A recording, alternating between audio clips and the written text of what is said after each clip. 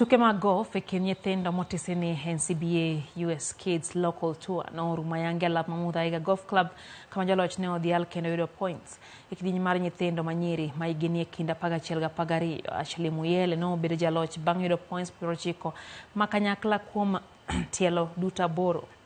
Mudhoki Kioi notieke thuolo mar 2 ka jotugo Ashley Gashora gi Sikian Yu noriwore thuolo mar 3 gi points 125. E kidieny mar nyithindo ma yawuowi kind higni 13 gi 14, Justin Ngere no bedo jaloch bang' choko points 129 kiluwe gi Peter Gathogo gi points 105. Bang' tielo 8 rumo, chenro machielo biro chako e tarik 10 e alap ma Nandi Bears kapok kaunti ma Kisii bago tielo machielo giko dwe mar 11.